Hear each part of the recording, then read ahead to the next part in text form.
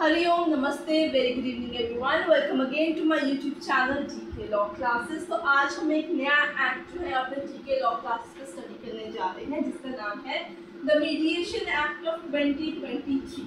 सो students, आप लोगों को पता है कि जैसे कि IFSC का एग्जाम जो है अभी अक्टूबर के अंदर आने ही वाला है, तो उसके आप सिलेबस को जब चेकआउट करेंगे तो उसमें आपको इस एक्ट का नाम जो है वो मिल जाएगा। तो आज हम इसी एक्ट को अपने चैनल जीके लॉ क्लास में डिस्कस करेंगे एंड वेरी इंपॉर्टेंटली हम सिर्फ इम्पोर्टेंट सेक्शंस को ही कवर करेंगे, बिकॉज बहुत सारे एक्ट ऑलरेडी सिलेबस में मेंशन है।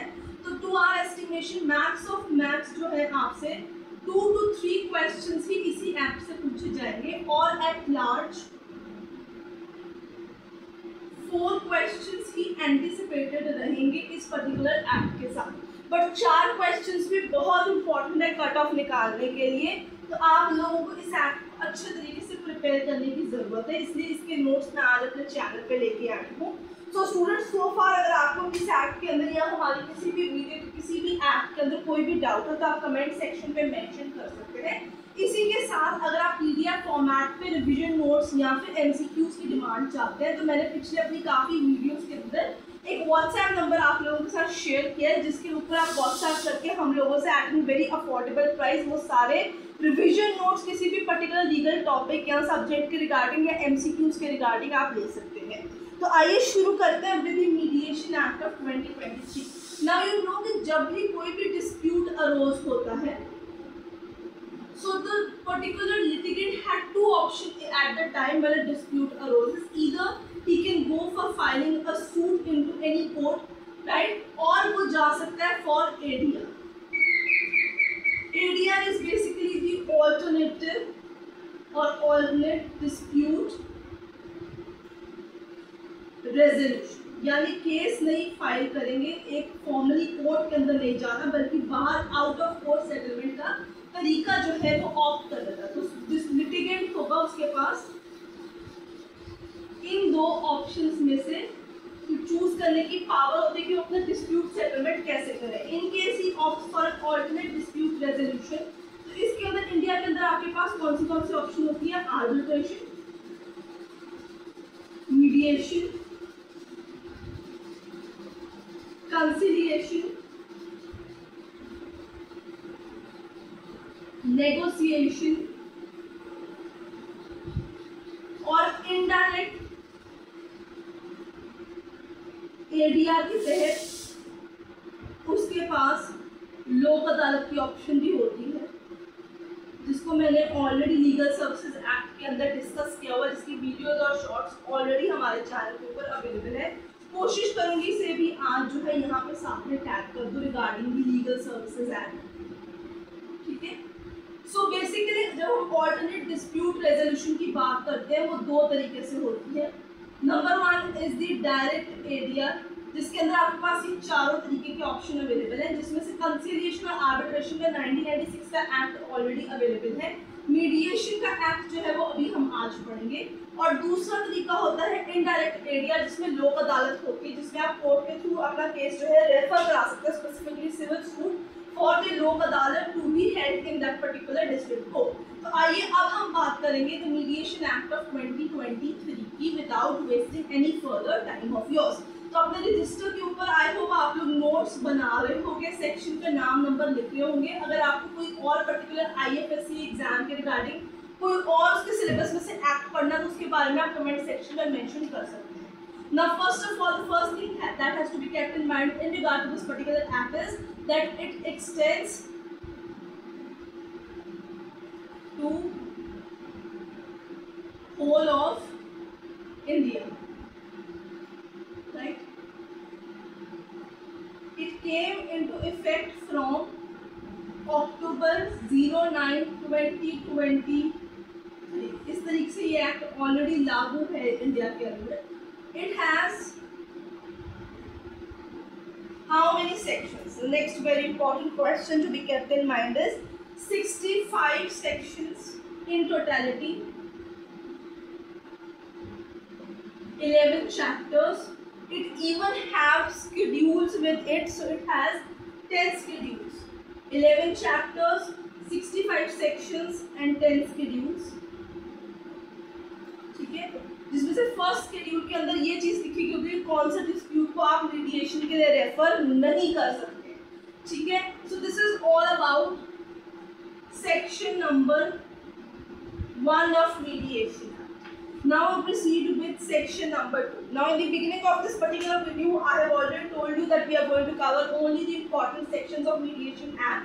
मैं एक शॉर्ट भी लेके आऊंगी जिसमें पर्टिकुलरली सिर्फ सेक्शन नंबर्स लिखे होंगे जो इम्पोर्टेंट होंगे, जिसे आपको इस पर्टिकुलर एक्ट के अंदर कवर करना है, क्योंकि 65 सेक्शंस है तो इन टोटलिटी जाने की जरूरत नहीं है। जो इम्पोर्टेंट और मेजर है वो कवर कीजिए, जैसे कि मैं अभी करा रही हूँ regarding section 1।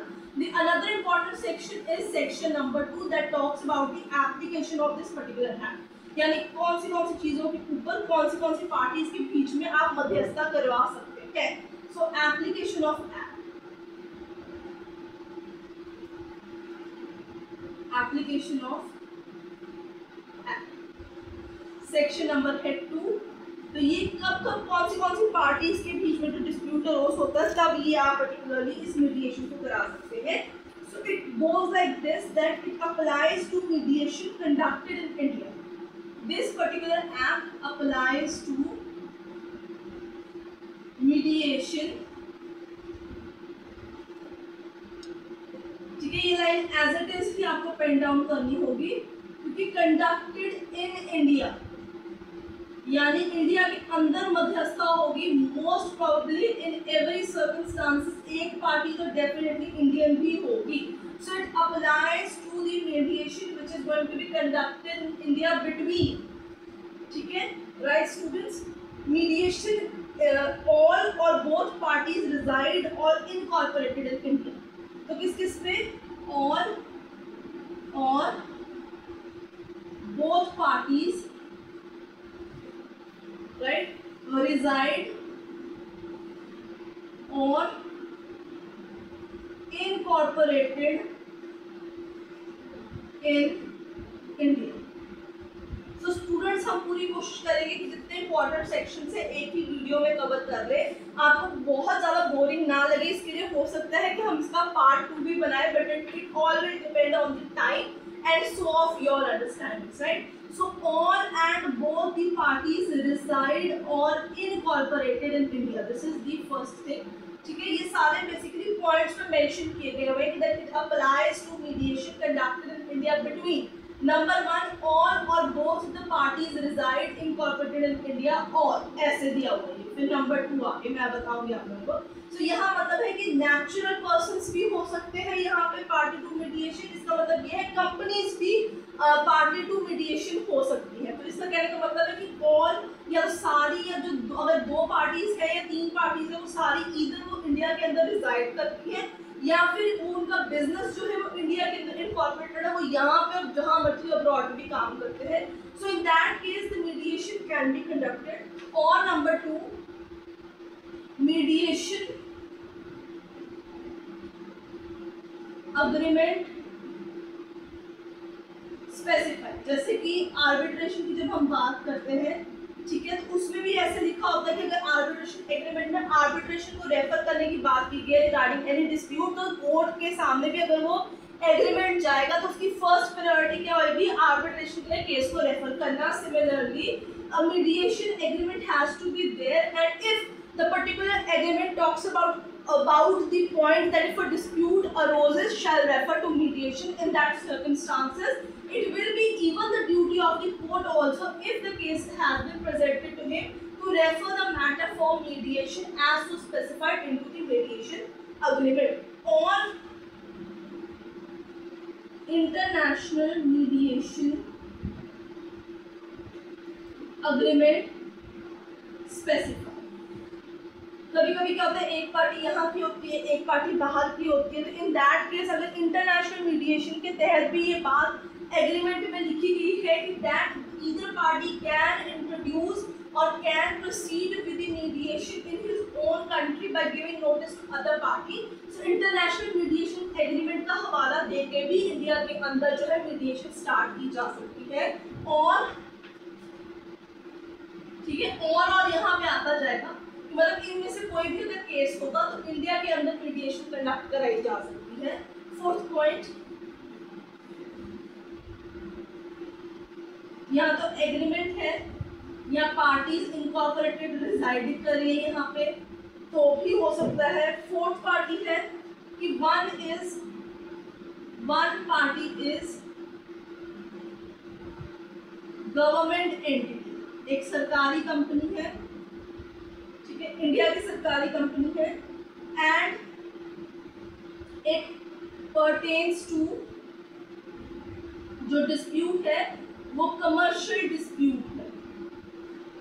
So in case when one of your party against whom you want to go for anything, either litigation or ADRS, is a government entity and your dispute is a commercial dispute, in that case also mediation can be conducted in India, or any other dispute, number 5, or any other dispute specified by government, ठीक है, वो by notification सरकार बताएगी कल को कि अगर ये पर्टिकुलर मैटर के रिगार्डिंग डिस्प्यूट अरोज होगा तभी मीडिएशन में केस को रेफर किया जा सकता है। So mediation here will include the pre litigation mediation, the online mediation and the community mediation. आगे चलेंगे, हम बात करेंगे section number 3, that is definition. So इसमें आपको डेफिनेशन जो है कॉमन चीज़ों के बारे में बात की गई है। अगर कमर्शियल डिस्प्यूट के रिगार्डिंग बात करें तो कमर्शियल डिस्प्यूट्स एक्ट 2015 का जो है वो यहाँ पे रेफर किया जाता है। स्टूडेंट्स, अगर आप कोई और IFSC का कोई पर्टिकुलर सिलेबस में से एक्ट पढ़ना चाहते हैं तो उसके बारे में भी आप लोग कमेंट सेक्शन में मेंशन कर सकते हैं, हम डेफिनेटली आपको जो है वीडियो लेक्चर्स प्रोवाइड करवाएंगे। आगे चलते हैं, बढ़ते हैं इंपॉर्टेंट सेक्शन की तरफ।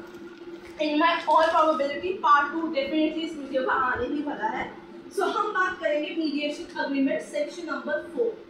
So like the arbitration agreement, यहाँ पे भी एक मीडिएशन का एग्रीमेंट होता है, ईदर सेपरेटली और in between the main agreement और the contract for business done between the parties, right students. So what is a mediation agreement here has to be, जैसे मैंने आपको बताया कि either it can be a separate agreement in totality with regard to mediation only, कि कल को dispute होता है तो पार्टी जो है वो मीडिएशन रेफर कर जाएगी, या सेपरेट क्लॉज हो सकता है in between your working contract, in contract और एग्रीमेंट जो भी आपने किया होगा वर्क के रिगार्डिंग, उसमें एक मीडिएशन का रेफरेंस का सेपरेट क्लॉज भी हो सकता है। सबसे पहले तो ये चीज़ यहाँ पे होगी। दूसरा पॉइंट यहाँ पे रेफर होगा कि ये जो एग्रीमेंट है it must be in writing. Okay. Next point, it must referred as mediation clause. Referred as mediation clause. अगर separate clause भी आपने डाला है या agreement डाला तो उसमें बड़े बड़े bold अक्षरों में reference होना चाहिए in regard to what mediation clause, and there must be consensus